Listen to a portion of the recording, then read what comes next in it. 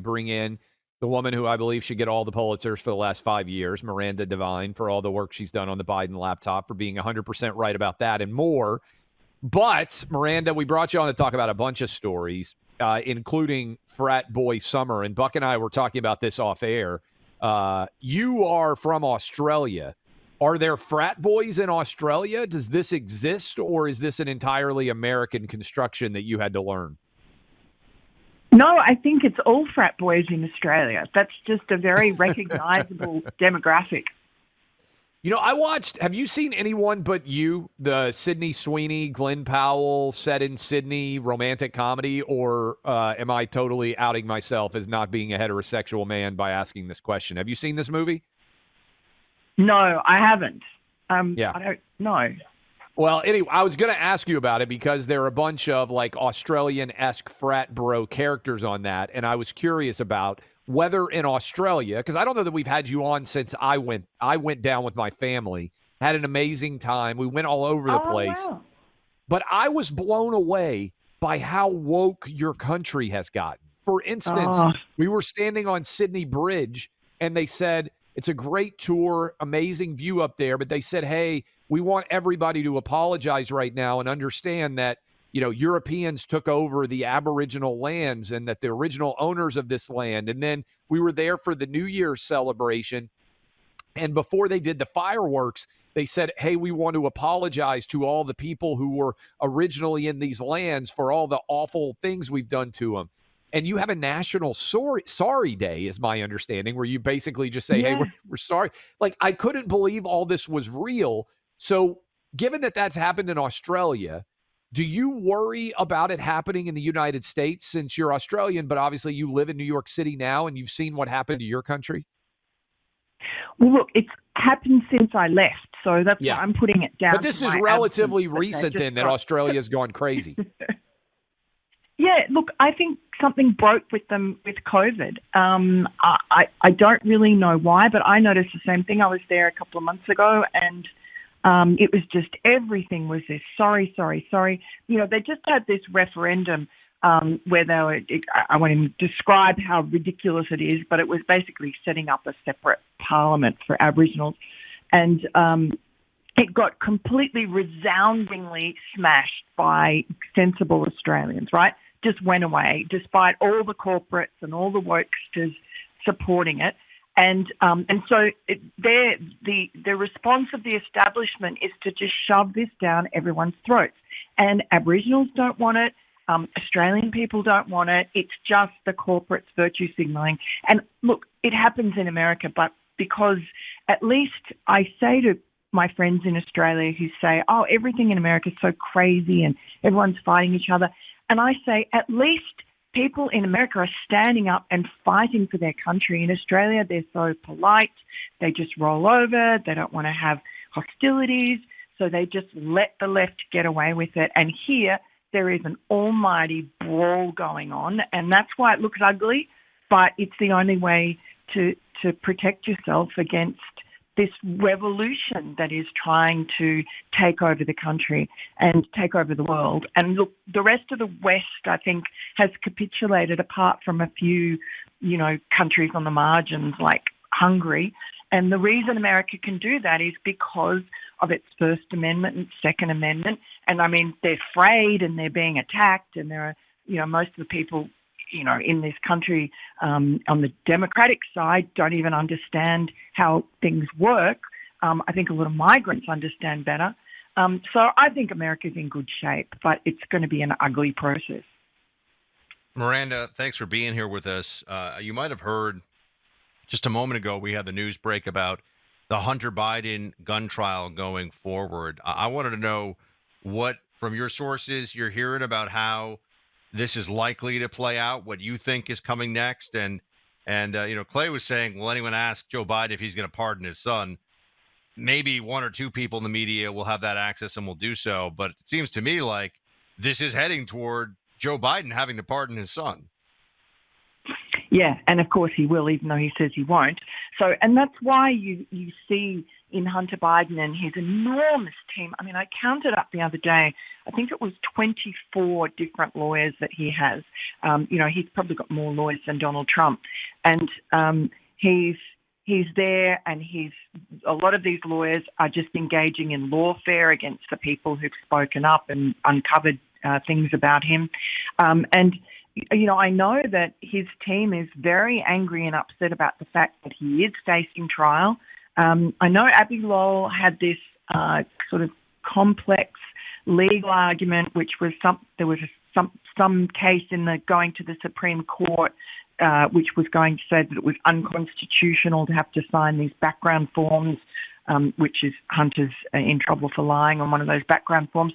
But people have gone to jail for what he did. So he's tried to evade accountability. I think this charge was something put on in Delaware by the investigators who were so frustrated that, David Weiss had allowed the statute of limitations to run out on the really serious tax charges and the FARA charges and so on. And so they found this gun charge and slapped that on. And, I mean, ironically enough, it looks like it's one charge that Hunter's not going to be able to get out of very easily without a pardon. We're talking to Miranda Devine, New York Post. The reason we brought you on initially, we've had you on a lot over the years, but was you wrote a column, and this kind of ties in with the question I was asking you about Frat Boy Summer, starting with the way that many different frat guys have responded to the anti-Israel protests all over the country, in particular at North Carolina. What does it say that suddenly you can have in the United States as a hero, probably the group that is considered to be the bane of the identity politics existence, which is young white college men that suddenly rise up, can see right from wrong, are supporting Israel's right to defend itself, and it seems really being embraced by large swaths of the American public. Is this a pivot point? What to you is the significance? Why did you write your piece? Yeah, I do think it's a pivot point because you finally have this generation, young college boys who they are the lowest of the low. They are, have been reviled. Their like has been smashed for the last really 2 generations. And what have they got to lose? You look at universities, they're majority female, the jobs are going to majority female or minorities. If you're a white boy growing up in America now, you've been sort of slammed and hammered from your very earliest memory. And I think they're just sick of it and they're not going to take it anymore. These are the ones you see them on campus.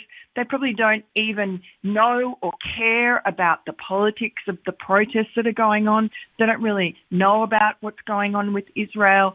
They are just sick of these ugly, entitled, arrogant, mainly women attacking them and, taking over their campus, having their graduations cancelled, etc.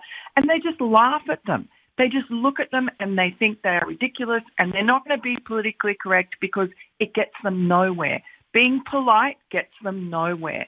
They are the lowest on the totem pole, so they have nothing to lose. And this is what this environment, this anti-male environment has done to them. And of course, if you turn people into worms, eventually the worm turns. And I think that's what you're seeing now.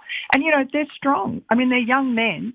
And really, these sort of crazy, hysterical, mostly female protesters have gotten away with being aggressive and pugnacious and, picking fights in parking lots with men because they just expect that the men are going to hold back and not use their superior physical strength against them because that is so taboo in our society. And then what the women have taken from that is, I'm stronger than a man and, muscle up. It doesn't work like that. Out in the jungle, it's just the same rules as it always has been. And the only thing that's protected those women has been the good manners and the chivalry of men. And now these young men are saying, to hell with the chivalry and the good manners. Why should I be confined by that when I get no privileges and I'm treated like a worm? Miranda, why is it that so many people on these campuses or just in general who are clearly unhappy and emotionally unstable are so attracted to these left wing causes, whether it's Palestine or any number of things? I think a lot of it is because they've been brainwashed from school days that those causes are the right causes. Also, look, it's just a natural instinct of young women to side with the underdog, to be emotional, to have their heartstrings pulled by babies being hurt and so on. So if you're on TikTok or whatever is your poison of choice, and you're being bombarded with propaganda from one side and not the other, then that's going to be your natural instinct. And then it's just the herd mentality, what's fashionable. And these, it just so happens in 2024 that these causes are fashionable, that, even though we saw on October 7, young women at the Nova Festival were being horribly, horribly sexually assaulted, raped, murdered, tortured. You now have their counterparts on American campuses wearing these black and white kaffirs, these Muslim scarves, rallying for the Hamas terrorists who perpetrated that crime. It makes no sense, but it's just because you're appealing to emotion and you're using propaganda. And, the sad thing I think that COVID taught us is how much like sheep we all are, how easy it is to sway and guide the mob. I want to give credit not only to Southern frat guys who you wrote about. I don't know if you saw this video, Miranda, but there was a video from the University of Washington. A couple of frat guys walk up to an Antifa protester who's clad all in black. I think he has a mask completely covering his face. And they just challenge him to a push-up contest.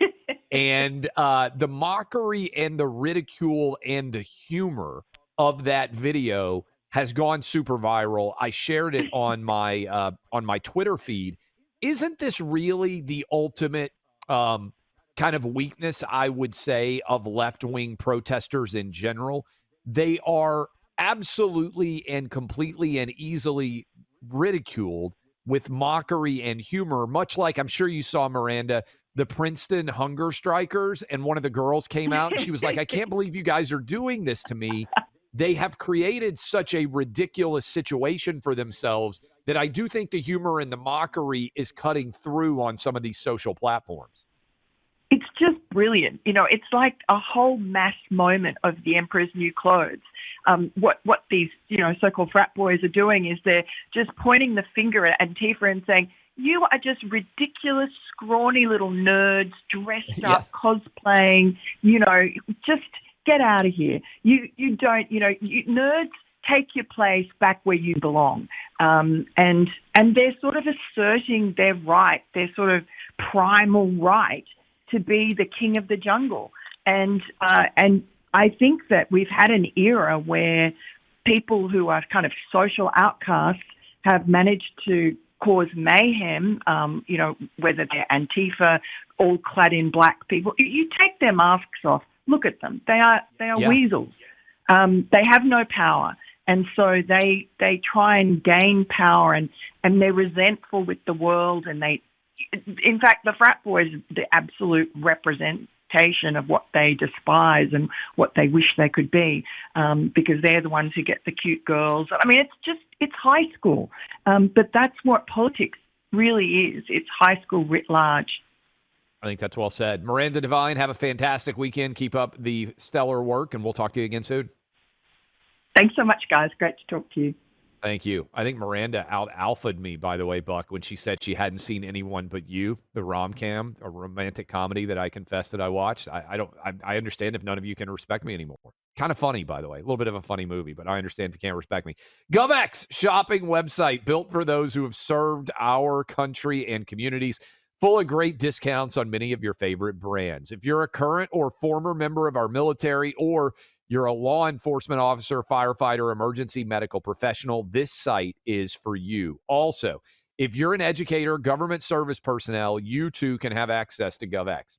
Join GovX today by going to govx.com, fast, easy, and free. Once you're a GovX member, you'll unlock unbeatable discounts from thousands of trusted brands that want to honor your service. You'll also have access to tickets for live sporting events, music concerts, theme parks, attractions, and more. GovX has exclusive deals for you from some of their favorite brands and some of your favorite brands: Oakley, Vortex Optics, Yeti, Under Armour, many, many more. Save up to 40% on apparel, boots, shoes, jewelry, including watches, optics, camping, hunting gear, all of that.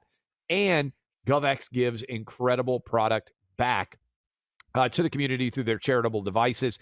Check it out today. GovX.com. Use my name, Clay, in the shopping cart, and you get $15 extra off your first order. That's GovX.com. My name, Clay. Savings for those who serve.